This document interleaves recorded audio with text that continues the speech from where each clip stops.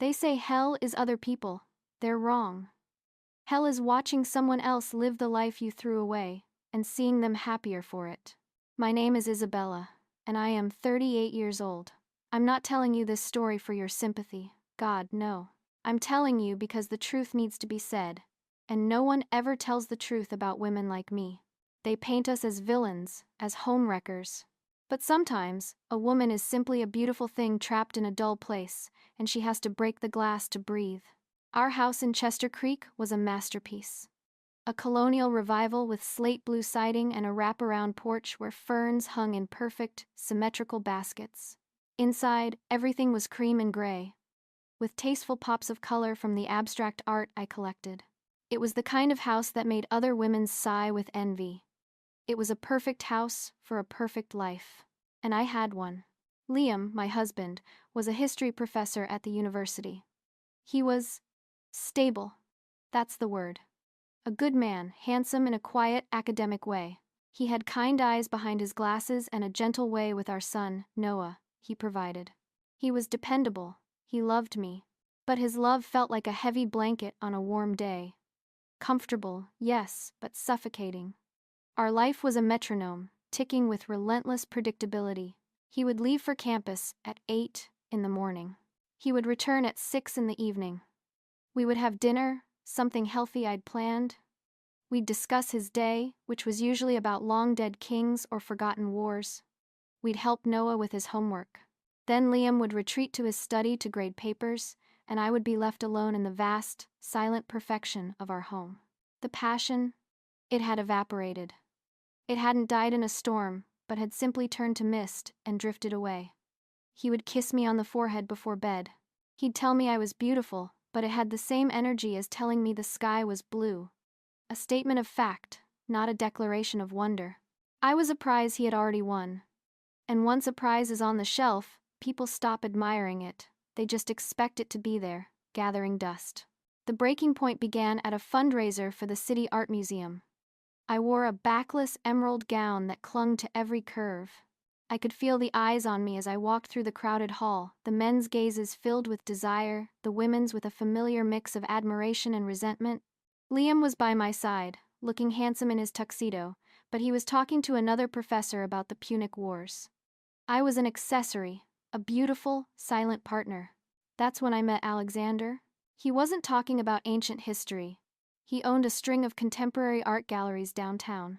He moved with a predator's grace, his suit perfectly tailored, his eyes a startling, piercing blue, seemed to see right through the expensive facade of the evening. He approached me while Liam was getting us drinks. "That piece over there," he said, his voice a low murmur, nodding toward a chaotic splash of red and black paint on a canvas. "The artist wants 100,000 for it, but the most interesting work of art in this room is standing right here."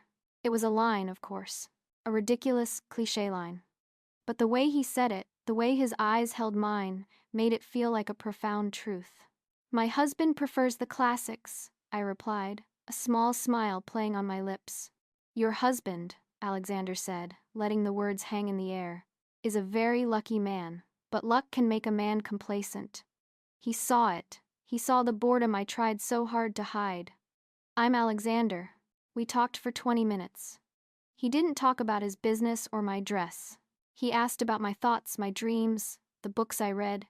He made me feel seen. Not as Liam's wife or Noah's mother, but as Isabella.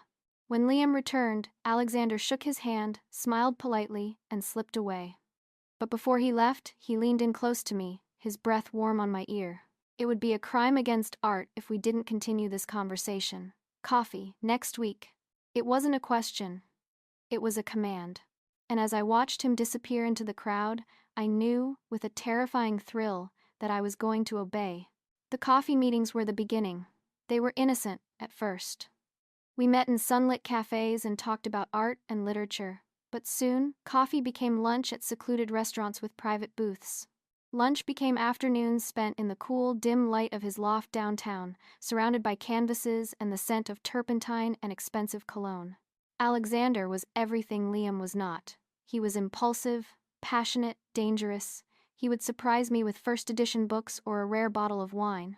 He'd look at me across a table and say, Tell me something you've never told anyone before. And I would. With him, I was alive. The world was in vibrant color. Then I would drive home, back to my grayscale life. The contrast was jarring. Liam's quiet stability, which I once saw as a virtue, now felt like a personal insult. His predictable routine felt like a cage. "How was your day?" he'd ask, kissing my cheek as I came in. "Fine," I'd say, pulling away from the scent of old books on his tweed jacket, my skin still tingling from Alexander's touch. "Just lunch with a friend." I started finding fault in everything he did. The way he loaded the dishwasher, the way he always wanted to watch documentaries, the way he never noticed my new lingerie. Each small annoyance was magnified, filtered through the lens of my exhilarating secret. He was the anchor, and I was a ship straining to sail into a storm. And then, the quiet began. It wasn't a sudden, angry silence. It was a subtle shift, a gradual cooling. He stopped asking who my friend was. He stopped waiting up for me when I came home late, the scent of Alexander's world clinging to my clothes. One evening, I walked in after being with Alexander. Liam was in the kitchen, helping Noah with a science project. He glanced up, and his eyes lingered on my face for a moment. There was no anger there, no suspicion, just a deep, unreadable calm. He smiled, a small, tight smile that didn't reach his eyes. "You look like you had a nice day," he said, and turned back to the volcano model on the table. A chill ran down my spine. It wasn't the reaction of a clueless husband. It was the reaction of a spectator. Someone watching a play unfold, already knowing the ending, but I pushed the feeling down. It was easier to believe he was oblivious than to confront the alternative. Liam's silence became a presence in the house. A third person sitting with us at the dinner table. It was an active, breathing silence, heavy with things unsaid. He became meticulously self-sufficient. He started doing his own laundry, claiming he didn't want to mix his work clothes with my delicates. He made his own coffee in the morning, a fresh pot, leaving mine untouched. He spent more and more time in his study, the door always closed. Our conversations became purely functional, revolving around Noah's schedule or household bills. "Noah has soccer practice at 4 on Saturday." "Okay, I'll take him." "The plumber is coming on Tuesday." "Thank you for arranging that." He was polite, he was considerate, he was a perfect roommate, and it was driving me insane. I wanted a fight, a screaming match. I wanted accusations, tears, jealousy. I wanted him to fight for me. It would have validated my affair, in a twisted way. It would have proven that I was still desired, that our marriage was still worth saving. But he gave me nothing. One night, I came home wearing a new silk blouse that Alexander had insisted on buying for me. I made sure to walk past Liam's study, hoping he'd notice, hoping for any reaction at all. He looked up from his desk. His gaze passed over the blouse without a flicker of interest. "That's a nice color on you," he said, his voice flat. Then he turned back to his work. The power dynamic, the one I had controlled for our entire relationship with my beauty and my moods, was completely inverted. I felt powerless. His silence was a wall I couldn't climb, a fortress I couldn't penetrate. My time with Alexander started to feel less like an escape and more like a desperate act of rebellion against an enemy who refused to engage in battle. The thrill was being replaced by a gnawing anxiety. Alexander sensed it too. My frantic energy was a distraction. The confident, radiant woman he had met was becoming complicated. The final crack in the foundation appeared one Saturday morning. I was looking for a bank statement in his desk, something I never did, but his silence was making me paranoid. Tucked away in a drawer, I found documents for a savings account I had never seen before, an account in his name only. Over the past 6 months, he had been quietly moving half of his paycheck into it. My blood ran cold. I stormed into the living room, waving the papers in my hand. "What is this, Liam?" He didn't even look up from the newspaper. He took a slow sip of his coffee. "I thought it was prudent," he said, his voice maddeningly calm, "for us to have a bit more financial independence from each other." He folded his newspaper neatly and placed it on the table. He finally looked at me, and for the first time in months, I saw an emotion in his eyes. It wasn't anger, it wasn't sadness, it was pity. The end came on a Sunday evening. The air was thick with the coming rain. Noah was asleep upstairs. Liam was waiting for me in the living room, the lights dimmed low. "Isabella," he said, his voice even. "Please, sit down." My heart hammered against my ribs. This was it. The fight I had been waiting for. But there was no fight. He slid a thick manila folder across the polished surface of the coffee table. It landed with a soft, final thud. My hands trembled as I opened it. Inside was my secret life, laid out in cold, hard evidence, photographs crystal clear, professionally taken of me and Alexander leaving a boutique hotel downtown. Copies of credit card statements, with dinners at expensive restaurants I'd never been to with Liam circled in red ink. Even printouts of text messages, saccharine and damning. He knew. He had known all along. I looked up, my mouth dry, my mind a blank slate of shock. He started to speak, his voice low and steady, like a professor delivering a lecture he had rehearsed 1,000 times. "I'm not angry, Bella," he began, and the lack of anger was the cruelest blow of all. I was, at first, then I was just sad. Sad that the woman I married would rather find a cheap imitation of passion than try to rebuild it with me. Sad that you thought I was so blind. He leaned forward slightly. "You don't want a partner, Isabella. You want an audience. You want constant adoration, and when it fades, you seek it out from someone new. I can't live my life on a stage for you anymore. My performance is over." He explained everything. He had hired a private investigator months ago.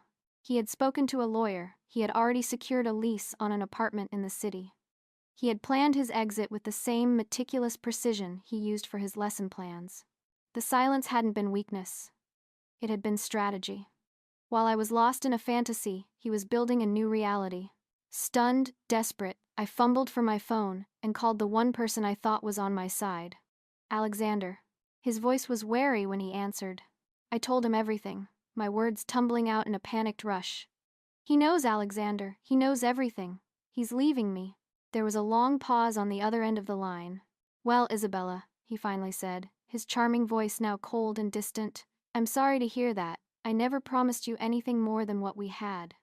I'm not looking for complications. I wish you the best of luck." He hung up. In the space of 10 minutes, I had lost everything. The husband I took for granted, and the lover who was nothing more than a mirage. I was alone in the wreckage. 2 years passed. 2 years of my new reality. I got the house in the divorce. Liam didn't fight me on it. He knew it was my gilded cage, and now it was my prison. The mortgage payments were a constant struggle. The quiet halls echoed with loneliness. The perfect furniture seemed to mock me. I tried to date. I was still beautiful, but at 38, the dating pool was a shallow, murky pond. Men my age were either happily married or divorced and looking for someone in their 20s with no baggage. The older men who pursued me felt entitled, as if they were doing me a favor. My beauty was no longer a currency that could buy me anything I wanted. It was a coupon with an expiration date drawing near. Liam, on the other hand, thrived. Without the weight of my expectations, he seemed lighter. He got a promotion at the university, becoming head of his department. Noah, who now split his time between us, would talk about his dad's new apartment, how cool it was, how much fun they had. Then, Noah started talking about Chloe. "She's a nurse, Mom, in the children's ward. She's really nice, she helps me with my models, and she doesn't get bored." The words were a small, sharp knife in my heart. I finally saw her at one of Noah's soccer games. I had prepared myself to hate her, expecting some young, vapid thing. But Chloe was lovely. She wasn't a showstopper like I was. She was pretty in a natural, unassuming way, with a warm smile and laughter lines around her eyes. She wore a simple sweater and jeans, but the way Liam looked at her, that was the devastating part. He looked at her with an unguarded adoration, a deep, settled love. The look I had craved from him, the look I had thrown away. He touched the small of her back, and she leaned into him with an easy, comfortable intimacy. They weren't performing, they were just happy. I saw it then, with sickening clarity. The problem wasn't that Liam was boring, the problem was that I had been the one making his life dull. I had demanded a performance, and he had grown tired of the stage. With Chloe, he was just himself, and his true self was happy, confident, and deeply in love. Tonight, I sit alone in this vast, empty house. The silence is no longer a punishment from Liam, it is my own personal permanent hell. I was scrolling through my phone, a mindless habit, when I saw it. A photo on a friend's social media feed. It was Liam, and Chloe, and Noah. They were in Rome, standing in front of the Colosseum. Noah was beaming, sandwiched between them. Liam had his arm around Chloe, his hand resting protectively on her stomach, which was noticeably, beautifully round. They were having another baby. A new family. A new life, built on the ashes of ours. I locked my phone and walked to the large, ornate mirror in the hallway. The mirror, Liam had always said, made me look like a queen. I looked at my reflection. The woman staring back at me was still beautiful, but there were faint lines around my eyes that no amount of expensive cream could erase. There was a hardness in my mouth that hadn't been there before. I looked brittle. For a single, blinding moment, the truth broke through my defenses. What if I had tried? What if I had seen his quietness not as a lack of passion, but as a deep well I was no longer willing to draw from? What if I had put as much effort into my marriage as I had into my affair? What if I had been the one to suggest a trip to Rome? The thought was a physical pain, a crushing weight on my chest. I saw a path not taken, a life of warmth and shared laughter that could have been mine. A single tear traced a path down my cheek. I had made a mistake. A terrible, life-altering mistake. But the moment passed, the old familiar narrative rushed back in, a comforting poison. It wasn't my fault. Liam should have fought for me. He should have been more exciting. Alexander was a coward who used me. The world is built for men to succeed, and for beautiful women to be punished for their desires. I wiped the tear from my face, my expression hardening in the reflection. He's happy now. Good for him. But he wouldn't have this new life without the lessons he learned from me. I made him the man he is for her. I deserved better. I deserved it all. It wasn't my fault. I repeated it to myself, alone in the quiet house, a queen in a kingdom of one, while the mirror reflected a beautiful, tragic lie.